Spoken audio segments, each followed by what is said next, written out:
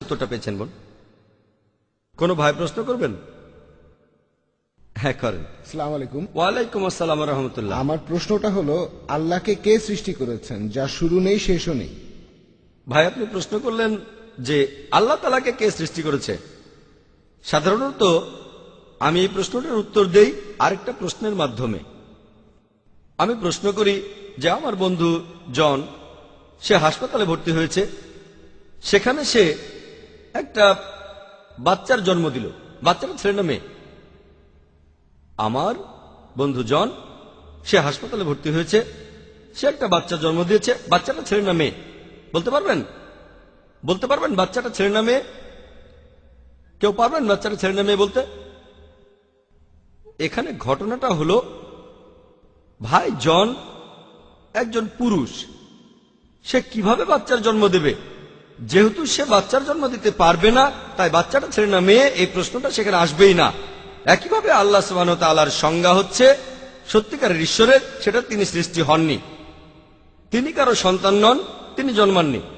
যখনই প্রশ্ন করেছেন আল্লাহকে কে বানিয়েছে, আল্লাহ সুবহানাহু ওয়া তাআলার সংজ্ঞা হলো সত্যিকারের ঈশ্বরের সংজ্ঞা, তিনি সৃষ্টি হননি। তাহলে আমি যদি বলি XYZ হলো বানানো ঈশ্বর, সে সত্যিকারের ঈশ্বর না। এমন কোন ঈশ্বরের কথা যদি জানেন যার একজন স্রষ্টা আছে, সে ঈশ্বর নয়। কেউ বলল যে অমুক ঈশ্বরকে সৃষ্টি করেছে X অথবা অন্য কেউ, এই ঈশ্বর সত্যিকারের ঈশ্বর নয়, কারণ ঈশ্বর সৃষ্টি হননি, সে মিথ্যা ঈশ্বর। সেজন্য আমরা শাহাদায় বলি লা ইলাহা ইল্লাল্লাহ, কোন ঈশ্বর নেই, শুধু আল্লাহ ব্যতীত ইল্লাল্লাহ। তাহলে বুঝতে পারছেন যে আল্লাহ সুবহানাহু ওয়া তাআলার একটা সংজ্ঞা হলো তার কোনো শুরু নেই, শেষ নেই, তিনি সৃষ্টি হননি। তাহলে আল্লাহ সুবহানাহু ওয়া তাআলাকে কেউ সৃষ্টি করেনি, তিনি হলেন একা। আর বিশ্বজগতে কখনো সৃষ্টি হননি এমনটা হলেন আল্লাহ সুবহানাহু ওয়া তাআলা। অন্য সবকিছু তিনি সৃষ্টি করেছেন প্রত্যক্ষ বা পরোক্ষভাবে, ঠিক? তাহলে বুঝতে পারছেন যে আল্লাহ সুবহানাহু ওয়া তাআলা, তার একটা বৈশিষ্ট্য হলো সৃষ্টিকর্তা। এছাড়াও আল্লাহ তাআলার আরো অনেক বৈশিষ্ট্য আছে। একটা বৈশিষ্ট্য, তিনি সৃষ্টিকর্তা, সবচেয়ে বড় সৃষ্টিকর্তা। আর তিনি সৃষ্টি হননি, তিনি সবকিছু স্রষ্টা, সবকিছু তার উপর নির্ভর করে, তবে তিনি কোনো কিছুর উপর নির্ভর করেন না। আশা করি উত্তরটা পেয়েছেন।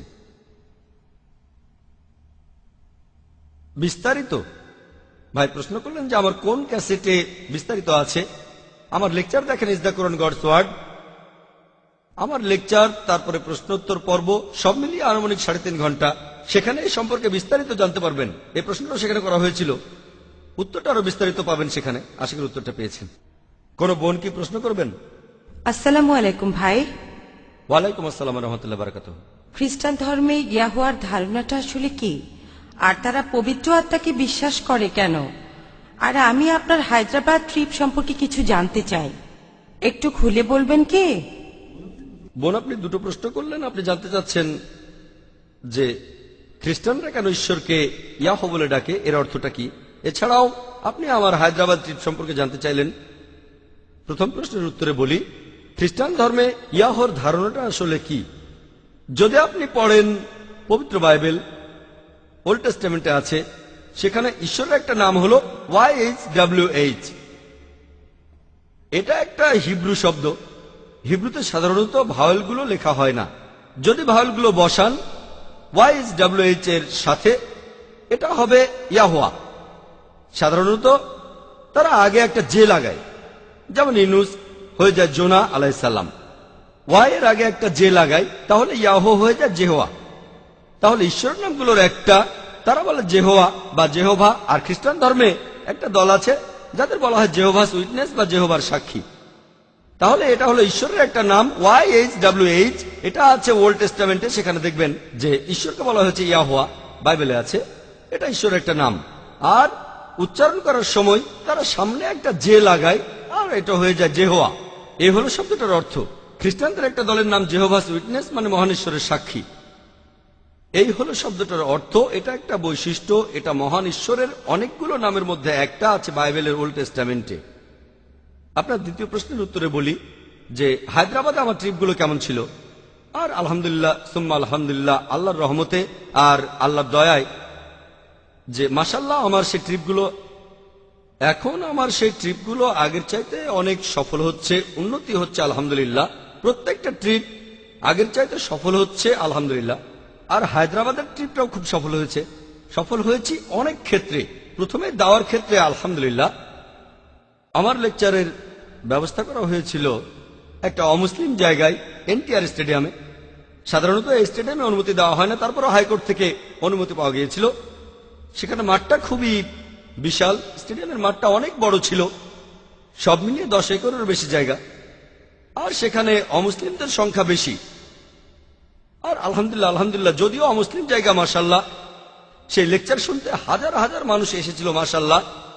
তখন আমরা খেয়াল রেখেছিলাম, আর এখন লেকচারের পরে এটাই করি যে প্রশ্ন করার সুযোগটা প্রথমে অমুসলিমদের দেই, আর তারপরে যদি সময় থাকে তাহলে মুসলিমদের প্রশ্ন করার সুযোগ দিয়ে থাকি উন্মুক্ত প্রশ্নোত্তর পর্বে।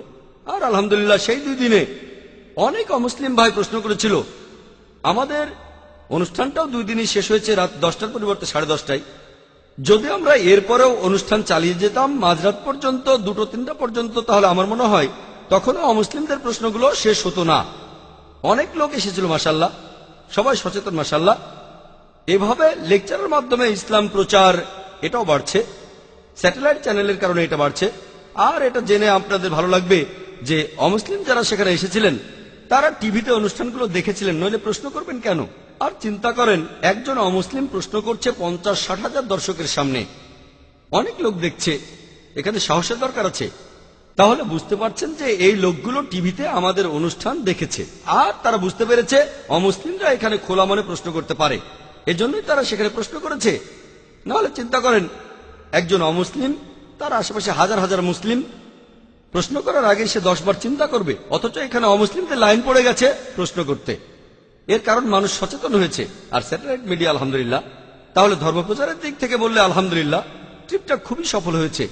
আর দাওয়ার প্রসঙ্গে যদি বলেন, অথবা প্রসঙ্গটা যদি হয় ইসলাম, মাশাআল্লাহ একটা ব্যাপার ভালো হয়েছে যে যদি আমরা দেখি যে ইসলামে অনেক দল আছে, যেটা উচিত না, অনেক গ্রুপ আছে, অর্গানাইজেশনও আছে, তবে ইসলাম একসঙ্গে থাকতে বলেছে।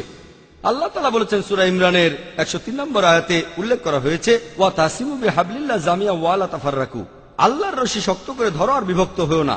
তাই আমাদের এই ট্রিপটা মাশাআল্লাহ মুসলিম উম্মার দিক থেকে অনেক সফল হয়েছে, কারণ সব দলের মুসলিমই এসেছিলেন, মাশাআল্লাহ সবাই এসেছেন, হোক শিয়া অথবা সুন্নি, হানাফি, শাফি, তাবলিগি, জামাতে ইসলামী, আহলে হাদিস, সালাফি, মাশাআল্লাহ, আর সবাই সমর্থন করেছেন।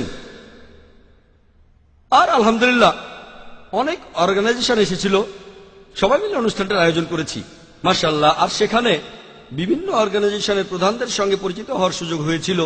অনেক অর্গানাইজেশন, অনেক গ্রুপ, মাশাআল্লাহ, হোক সেটা জামাতে ইসলামী, হোক সেটা আহলে হাদিস, হোক সেটা বারলেভি, আলহামদুলিল্লাহ। আর সেখানে বুঝিয়েছি যে মুসলিমদের এভাবে একতাবদ্ধ থাকা দরকার। আমার লেকচারও সে কথা বলেছে, আলহামদুলিল্লাহ। এটাই ছিল পজিটিভ ব্যাপার। ইন্ডিয়ায় এটা আমার সবচেয়ে সফল ট্রিপগুলোর একটা, যেভাবে সব গোত্রের মুসলিমরা সেখানে একত্রিত হয়েছিল এবং সমর্থন করেছে। সাধারণত আমরা দেখি যে একটা গ্রুপ এগিয়ে আসলে আরেকটা গ্রুপ হয়তো তাদের সমর্থন করে না। তো আলহামদুলিল্লাহ এখানে আমরা দেখেছি যে মাশাআল্লাহ যদি কেউ কোরআন ও সুন্নাহ মেনে চলে তাহলে দেখি বেশিরভাগ মুসলিম সমর্থন করে। আর যদি হিকমার সাথে করা যায়, সদুপদেশের সাথে। আমি সেখানে আরো কয়েকদিন ছিলাম যাতে করে লোকজনের সাথে দেখা করতে পারি। ট্রিপটা খুবই সফল সংস্কারের দিক থেকে, এছাড়াও ধর্মপ্রচারের দিক থেকে। আশা করি উত্তরটা পেয়েছেন। إن في خلق السماوات والأرض واختلاف الليل والنهار والفلك التي تجري في البحر بما ينفع الناس وما أنزل الله من السماء من ماء فأحيا به الأرض بعد موتها وبث فيها من كل دابة وتصريف الرياح والسحاب المسخر بين السماء والأرض لآيات لقوم